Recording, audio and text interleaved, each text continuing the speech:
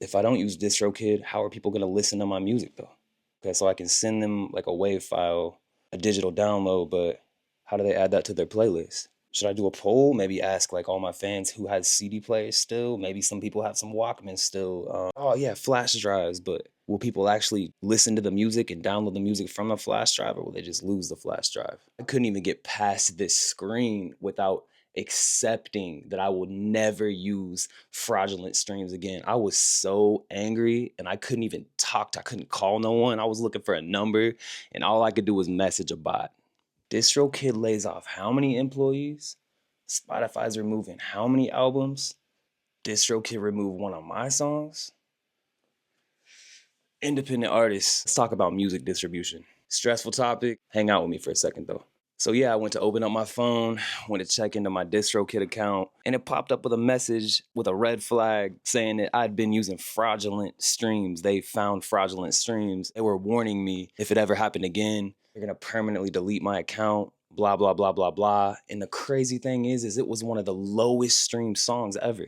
So it really frustrated me because I couldn't even get past that screen without agreeing to what they were asking. Like they basically were talking to me like a child in this little message, like, tell us you will never do this again. The only option it gave me was to dispute it. So of course I disputed it and I heard nothing back. So I'm searching around. I have been searching around for a while now. I'm looking for another distributor. I'm looking for what'll make the most sense. So drop a comment. Let me know how and who are you distributing your music from? What are the benefits? Drop a suggestion. Do you use DistroKid? Have you ran into this as an independent artist? You having any songs removed, albums removed, anything like this? Leave a comment. Let me know what's going on. And I've been seeing, a lot of other artists being affected by this same thing, getting albums removed, whole albums removed based on fraudulent streams. Some of the biggest artists, there's artists from all the way down here to all the way up to the top. This is affecting everybody. Look, I know it's always been tough. There's always been new challenges, new roadblocks in this whole music industry. All the time, there's always something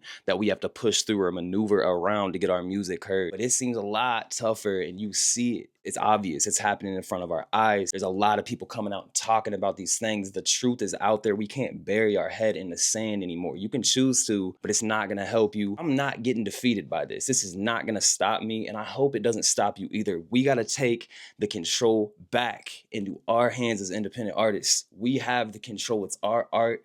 We got to work harder. We got to be more organized. Make sure we have a foundation established. Get your business aspect tighter. Know where your music's going. Who are you working with? What are you sending to people? Can you trust them with your art? We got to keep in mind these things. It's important when things go south. We know we did everything we could to avoid these things. I do know this. It's very easy right now to accept low-hanging fruit. Times we're living in are crazy. So insane right now with music. The whole music industry is flipped upside down. It's changing by the second. I know the stress. I'm an independent artist myself. I've been working on this for years. It affects me, and I know you probably feel the same way. You feel that untrustworthy, shaky feeling like, where's my music gonna go from here? Some of us as artists have just been getting by the lazy way and just putting music out like, I'm an artist, I'm doing it. We got to do a lot more. And this change that's happening is putting that ball right back in our court as artists. You have to make a connection directly with fans or no one's going to listen. I absolutely love that we're getting right back to that direct to consumer feel. It breeds stronger connection with the fans. If you truly care about your art, that's the whole goal. You hope people will resonate. And my goal as an independent artist has always been to make music to help heal hurt, ease pain, and motivate. I really care about this. I've been gifted by God and I'm not playing with my gift. I really care. So this really bothered me when I popped my phone open to go upload a new song and I get a message like that, because I know my art is genuine and I'm working my hardest to do what I can to spread my music. So yeah, I took it way wrong. It's just time for change. That's it. It's time to look around, do my research as I have been. There's always going to be something we got to maneuver around through. There's going to be things in the way. Artists, independent artists, don't quit. Keep going. Find your true fans. The 1,000 fan rule, like find your true fans. Even if it's not 1,000, it can be 100, it can be 50. Who are your real fans that you can directly reach out to, directly have a relationship with, and you can directly send music to?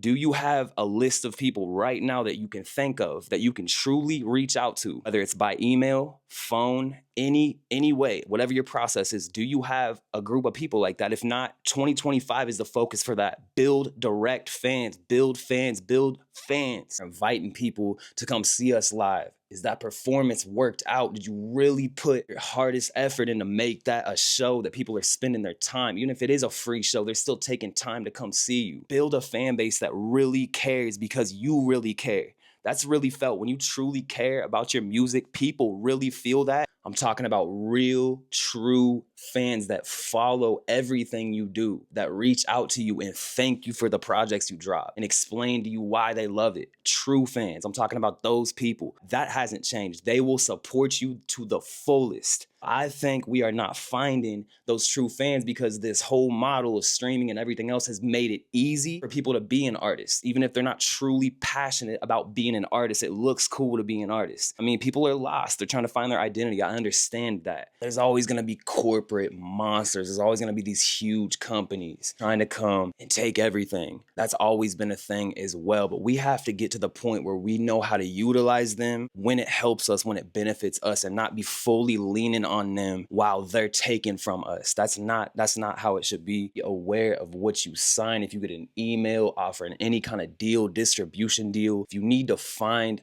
a lawyer, there's plenty of music attorneys and lawyers out there. There's so much information. Don't make a move out of excitement that you will regret later. These things are serious. These things are serious. We work hard to build these things up, to build our channels up, to build our music, and one thing can collapse it and cause so many problems. So just slow down, take time with these things because they do matter. On the other side of this, I do believe the grass is greener. I think we're going right back to where we need to be as independent artists. We got to work harder, put a lot more love and care behind our music. My true supporters, if you could just leave a comment, I got a question. How would you listen to my music outside of Spotify, outside of the streaming platforms? Would you buy a CD from me? Would you buy physical products? If so, what physical products do you want to see from me? Let me know. Leave some ideas in the comments. What do you want to see? Of course, I got new merch on the way. I got t-shirts coming. I got a lot of album merch coming. What do you want to see? What would be more convenient for you? What would you be willing to purchase? I'm putting my heart and soul behind everything. I always have.